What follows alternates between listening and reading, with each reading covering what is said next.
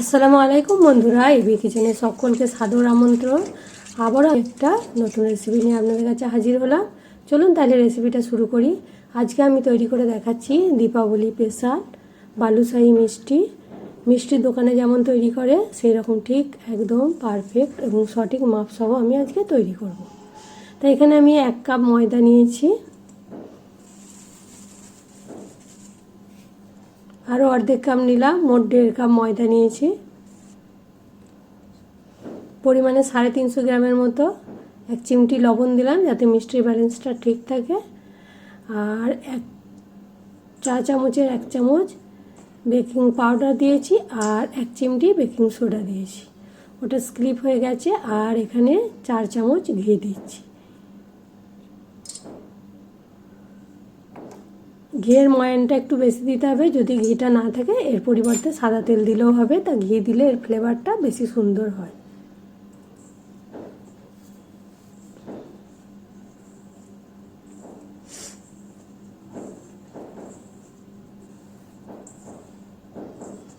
এখানে ময়ানটাকে দিয়ে বেশ ভালো মতো মাখিয়ে নিয়েছি।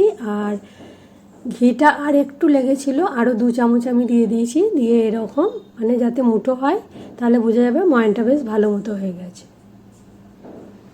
এবার এখানে আমি 1 কাপ পানি নিয়েছি, অল্প অল্প করে মাখবো, যতটা পানি লাগবে ততটা দেব। একটু মিডিয়াম ডো করব, না খুব শক্ত না খুব নরম।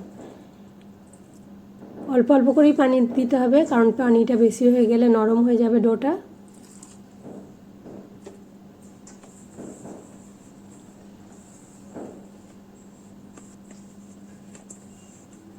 আর এটা খুব বেশি মাখা চলবে না, এরকমই চ্যাপ্টা মতো হয়ে থাকবে, এই অবস্থাতেই রেখে দিতে হবে। এবারে উপর থেকে আমি একটা সুতির কাপড় চাপা দিয়ে দিচ্ছি, কেউ ঢাকনা দিয়ে ঢেকে দিলেও হবে। এটা 15 মিনিটের মতো রেস্টে রাখবো। আর পানিটা 1/2 কাপের একটু বেশি লেগেছে, এখনও অনেকটাই পানি রয়ে গেছে। এখানে আমি ওই কাপে মেপে চিনি নিচ্ছি, যে কাপে মেপে ময়দা নিয়েছি। 1 কাপ চিনিতে অর্ধেক কাপ পানি দিয়েছি, যা চিনি নেবেন তার অর্ধেক পানি দিতে হবে। আর এখানে আমি একটু কালার করব বলে জর্দার কালার দিচ্ছি, খুবই সামান্য।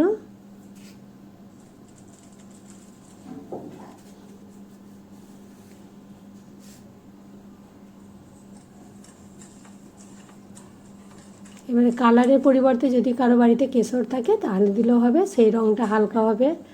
আর এখানে 2টো এলাচকে একটু থেতো করে দিয়ে দিয়েছি।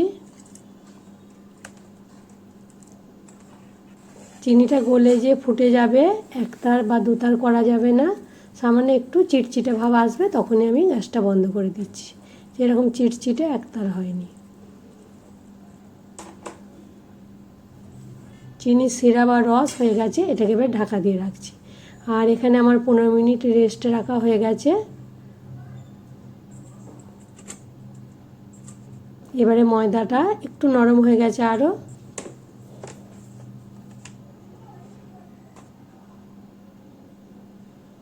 এটাকে অনেক কটা লেয়ার দিয়ে করতে হবে, সেই কারণে এরকম চ্যাপ্টা চ্যাপ্টা করে দিচ্ছি।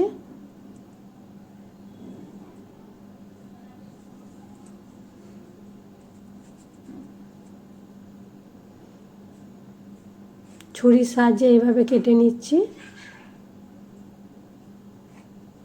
যতগুলো লেয়ার হবে তত ভালো হবে এটা।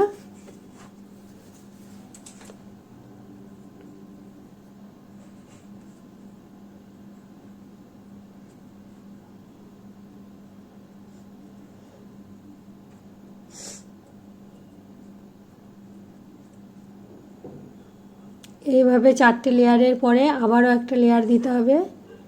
এটা আমি কিন্তু ইউটিউব থেকে ভিডিও দেখে বানালাম, কোনো দিন বানাইনি। আর আমাদের দীপাবলি অনুষ্ঠান হয়ও না, কিন্তু আমার রেসিপিটা ভালো লেগেছিল বলে বানালাম। আর প্রথমবার বানালাম, খুব সুন্দর পারফেক্ট হয়েছিল তৈরি।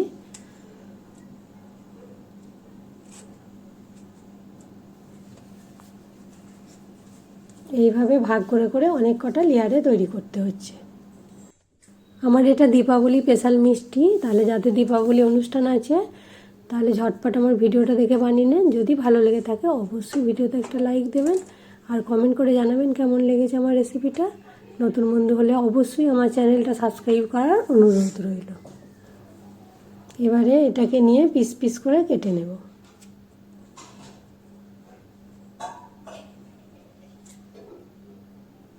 লুচির থেকে একটু বড় বড় পিসটা করব, মানে লুচির যে গুটিটা কাটি তার থেকে একটু বড় বড়।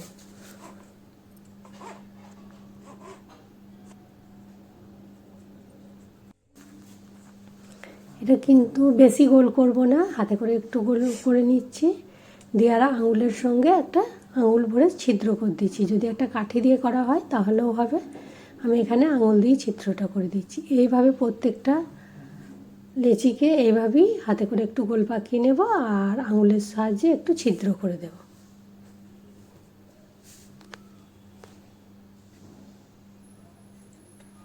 সবগুলো হয়ে গেছে, আমি এক ব্যাচ ভেজে নিচ্ছি, তারপরে আরও এক ব্যাচ ভাজবো।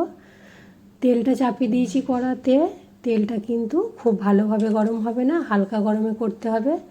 একটা আমি টুকরো দিয়ে চেক করে নিচ্ছি, এই যে হালকাভাবে ভেসে এসছে। আর তেলটা হালকা গরম হবে, অল্প অল্প বিন্দু বিন্দু তেলটা ভেসে উঠছে, এই অবস্থাতেই দিতে হবে। তেলটা দেখি বুঝতে পারছেন যে কতটা গরম হয়েছে, হালকা গরম হয়েছে, ঠিক এরকম অবস্থাতেই। আর গ্যাসের ফ্লেমটা এইভাবে প্রথম থেকে শেষ পর্যন্ত একই রকম রাখতে হবে আর একটু ধৈর্য সহকারে এটা ভাজতে হবে, কোনো তাড়াহুড়ো করলে চলবে না। চামচের সাহায্যে এইভাবে উল্টে পাল্টে দিতে হবে। আর এটা মোটামুটি ভাজতে সময় লেগেছিলো 12 থেকে 15 মিনিট। এভাবে এক পিঠ হালকা কালার এসেছে, উল্টে দিয়েছি। আর কেউ যদি একটু ডিপ কালার করতে চান তাহলে ডিপ কালার করে ভাজবেন, আমি এইভাবেই এরকম কালারে তুলে নিয়েছি।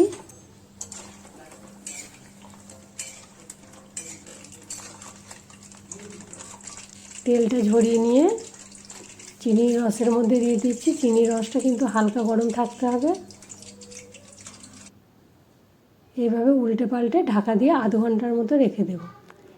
এর মধ্যেই রসটা একটু টেনে নেবে ভালো মতো। আর যদি কেউ বেশি রসালো খেতে পছন্দ করেন তাহলে সারা রাতের জন্য ঢেকে রেখে দেবেন।